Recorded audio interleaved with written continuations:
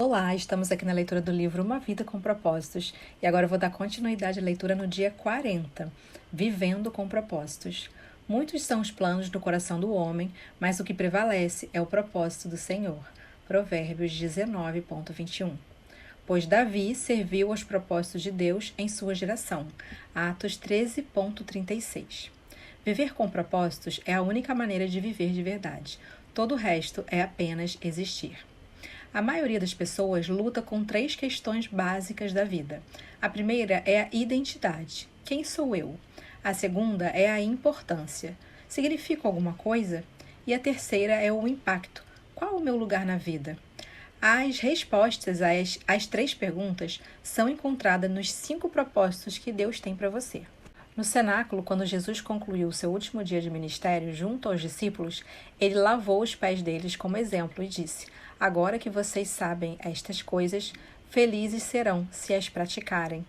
Uma vez que saiba o que Deus quer que você faça, a bênção vem quando você põe em prática o que aprendeu. Como chegamos ao fim da nossa jornada de 40 dias, você agora sabe o propósito de Deus para a sua vida e será abençoado se o puser em prática. Isso provavelmente quer dizer que você deverá parar de fazer outras coisas. Existem muitas coisas boas que você pode fazer na sua vida, mas os propósitos de Deus são os 4 fundamentos que você precisa fazer.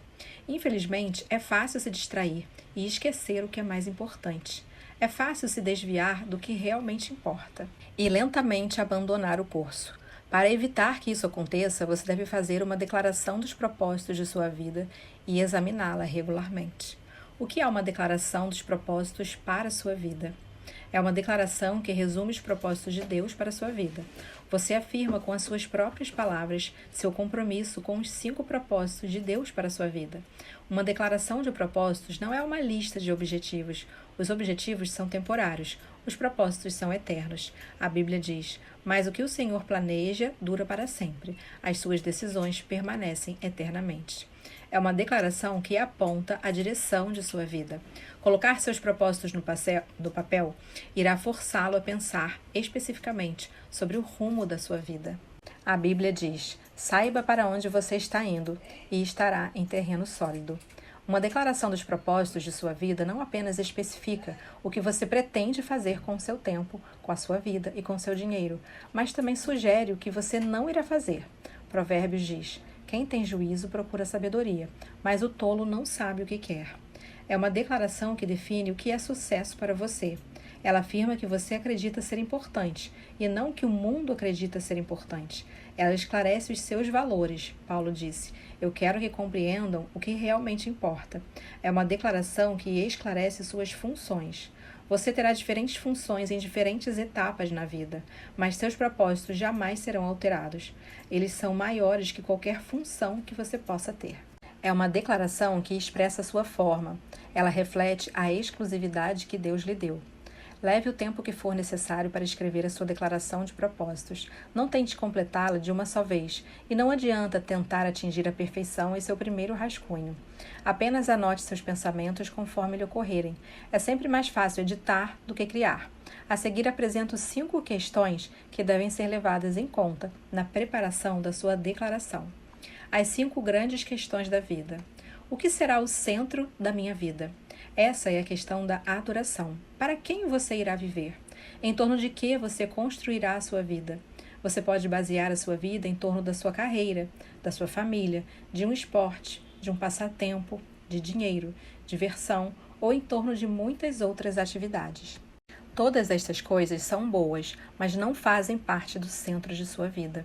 Nenhuma delas é suficientemente forte para mantê-lo a salvo quando a vida começar a desmoronar. Você precisa de um centro inabalável. O rei Asa ordenou ao povo de Judá que centrassem a sua vida em Deus. Na verdade, o que quer que esteja no centro de nossa vida é o nosso Deus. Quando comprometeu a sua vida com Cristo, ele se moveu para o centro, mas você precisa mantê-lo lá por meio da adoração. Paulo diz: oro para que Cristo habite no coração de vocês, mediante a fé. Como você sabe quando Deus está no centro da sua vida? Quando Deus está no centro da sua vida, você adora. Quando não está, você fica preocupado. A ansiedade é a luz da advertência, que indica que Deus foi empurrado para o lado. Você voltará a ter paz no instante em que o coloca no centro da sua vida de volta. A Bíblia diz: a consciência da completude de Deus dará paz a vocês. É maravilhoso quando Cristo desfaz a preocupação que está no centro da sua vida. Qual será o caráter da minha vida? Essa é a questão do discipulado. Que tipo de pessoa você será? Deus está muito mais interessado em quem você é do que no que você faz. Lembre-se, você irá levar seu caráter para a eternidade, mas não a sua carreira. Faça uma lista das características que você quer trabalhar e desenvolver em seu caráter. Você deve começar com o fruto do Espírito Santo ou com as bem-aventuranças. Pedro disse: não perca um minuto em edificar sobre o que lhe foi dado, completando sua fé básica com um bom caráter, entendimento espiritual, disciplina alerta, paciência apaixonada, admiração reverente, amizade calorosa e amor generoso. Não desanime ou desista quando tropeçar. É necessária toda uma vida para construir um caráter semelhante ao de Cristo. Paulo disse a Timóteo: cuide atentamente do seu caráter e do que ensina. Não se deixe distrair, tão somente persista. Qual será a contribuição da minha vida? Essa é uma questão do serviço. Qual será o seu ministério no corpo de Cristo? Conhecendo a sua mistura de formação espiritual, opções do coração, recursos pessoais, modos de ser e áreas de experiência, forma. Qual papel lhe seria mais adequado na família de Deus? Como você pode fazer alguma diferença? Tem a formação adequada para servir em algum tipo específico do corpo de Cristo? Paulo apontou 2 benefícios maravilhosos em cumprir seu ministério. Porque isso que vocês fazem não somente ajuda o povo de Deus que está necessitado, mas também faz com que eles façam muitas orações de gratidão a Deus. Embora você tenha sido formado para servir aos outros, nem mesmo Jesus alcançou as necessidades de todos enquanto estava na terra. Você deve escolher a quem pode ajudar melhor, com base na sua vocação. Você precisa perguntar: a quem eu desejo mais ajudar? Jesus disse: eu vos escolhi e vos designei para irdes e produzirdes fruto e para que o vosso fruto permaneça. Cada um de nós dá frutos diferentes. Qual será a mensagem da minha vida? Essa é uma questão da sua missão junto aos incrédulos. Sua declaração de missão faz parte de sua declaração de propósitos. Ela deve incluir seu compromisso de dar seu testemunho aos outros sobre o Evangelho. Você também deve listar as lições de vida, assim como as paixões que Deus lhe concedeu para que compartilhasse com o mundo. Conforme for crescendo em Cristo, Deus poderá lhe dar um grupo especial de pessoas nas quais você deverá se concentrar para alcançar. Não deixe de pôr isso na sua declaração. Se você for mãe ou pai, parte da sua missão é educar seus filhos para que conheçam a Cristo, ajudá-los a compreender os propósitos da vida deles e enviá-los pelo mundo na missão que Deus lhes reservou. Você poderia incluir na sua declaração a declaração de Josué: mas eu e a minha família serviremos ao Senhor. É óbvio que nossa vida deve reforçar e confirmar a mensagem que passamos. Antes de grande parte dos incrédulos aceitar a credibilidade da Bíblia, eles querem saber se nós temos credibilidade. E é por isso que a Bíblia diz: o mais importante é que vocês vivam de acordo com o Evangelho de Cristo. Qual será a comunidade da minha vida? Essa é a questão da comunhão. Como você irá demonstrar o seu compromisso com os outros crentes e a sua ligação com a família de Deus? Onde você irá praticar com outros cristãos os mandamentos do tipo uns aos outros? A qual igreja local você irá se juntar como membro ativo? Quanto mais você amadurecer, mais irá amar o corpo de Cristo e desejará se sacrificar por ele. A Bíblia diz: Cristo amou a igreja e deu a sua vida por ela. Você deve incluir em sua declaração uma manifestação de seu amor pela Igreja de Deus. Ao pensar nas respostas para essas questões, inclua qualquer trecho das Escrituras que fale ao seu coração sobre estes propósitos. Existem muitos nesse livro. Poderá levar semanas ou meses para que você possa elaborar a sua declaração de propósitos exatamente da forma que deseja. Ore, pense sobre ela, Converse com amigos íntimos e medite na Bíblia. Ela poderá passar por várias redações até chegar ao seu formato final. E mesmo então, você provavelmente fará pequenas alterações com o passar do tempo e à medida que Deus lhe der um maior discernimento sobre a sua vocação. Se você tem interesse em ver exemplos de outras pessoas, mande um e-mail, veja no apêndice 2. Além de escrever uma declaração de propósitos detalhada, também é de grande auxílio ter um curto enunciado ou slogan que resuma os 5 propósitos para a sua vida de uma forma fácil de decorar e que inspire você. Dessa forma, você poderá se recordar diariamente. Salomão aconselhou: será uma satisfação guardá-los no íntimo e tê-los todos na ponta da língua. Eis alguns exemplos. O meu propósito de vida é adorar a Cristo com todo o meu coração, servi-lo com minha vocação, ter comunhão com sua família, desenvolver um caráter como o dele e cumprir a minha missão no mundo para que ele receba a glória. Outro, meu propósito de vida é ser membro da família de Cristo, exemplo de seu caráter, ministro de sua graça, mensageiro de sua palavra e um engrandecedor de sua glória. Outro, meu propósito de vida é amar a Cristo, crescer em Cristo, compartilhar Cristo e servir a Cristo por meio de sua igreja e levar a minha família e os outros a fazer o mesmo. Outro, meu propósito de vida é firmar um compromisso firme com o grande mandamento e a grande comissão. Outro, meu objetivo é me tornar semelhante a Cristo. A minha família é a igreja. O meu ministério a minha missão o meu motivo é a glória de Deus. Você deve pensar: e quanto à vontade de Deus para o meu emprego, casamento, lugar em que devo viver ou escola? Falando com franqueza, essas questões são secundárias na sua vida e devem existir inúmeras possibilidades que estejam de acordo com a vontade de Deus para a sua vida. O que mais importa é cumprir os propósitos eternos de Deus, a despeito de onde você viver ou trabalhar ou de com quem você se casar. Essas decisões devem respaldar os seus propósitos. A Bíblia diz: muitos são os planos no coração do homem, mas o que prevalece é o propósito do Senhor. Concentre-se nos propósitos de Deus para a sua vida e não nos seus planos, uma vez que são aqueles que durarão para sempre. Certa vez ouvi uma sugestão para que a declaração dos propósitos fosse baseada no que você gostaria que as outras pessoas dissessem sobre você no seu enterro.